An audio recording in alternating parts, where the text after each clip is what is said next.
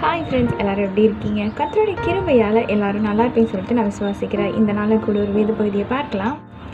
கடைசி வரைக்கும் நான் உனக்கு துணையாக இருக்கிறேன்னு சொல்லிட்டு எத்தனையோ மனிதர்கள் வாக்கு கொடுக்குறாங்க ஃப்ரெண்ட்ஸ்.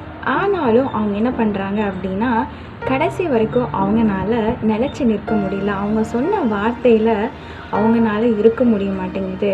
இந்த நாளில் தான் நம்ம ஒரு வேத பகுதியை பார்க்கணும். ஏசாயா 41 அதிகாரம் 13 வசனத்தில் நாம் இப்படியாக வாசிக்கிறோம்.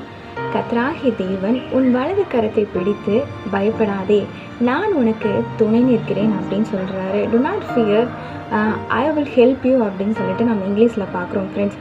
அதாவது துணையாளர் அப்படின்னா நம்மளுக்கு ஹெல்ப் பண்ணுறவராக, அதாவது உதவி செய்கிறவராக அவர் இருக்கிறார். உன் வலது கையை பிடித்து நான் உன்னை நடத்துவேன்னு சொல்கிறாரு ஃப்ரெண்ட்ஸ். இந்த நாளில் பல மனிதர்களால் கைவிடப்பட்ட சூழ்நிலை கூட நீங்கள் இருந்து கொண்டு இருக்கலாம். இந்த நாளில் உங்களோட கரத்தை அவர் பிடிக்கிறாரு.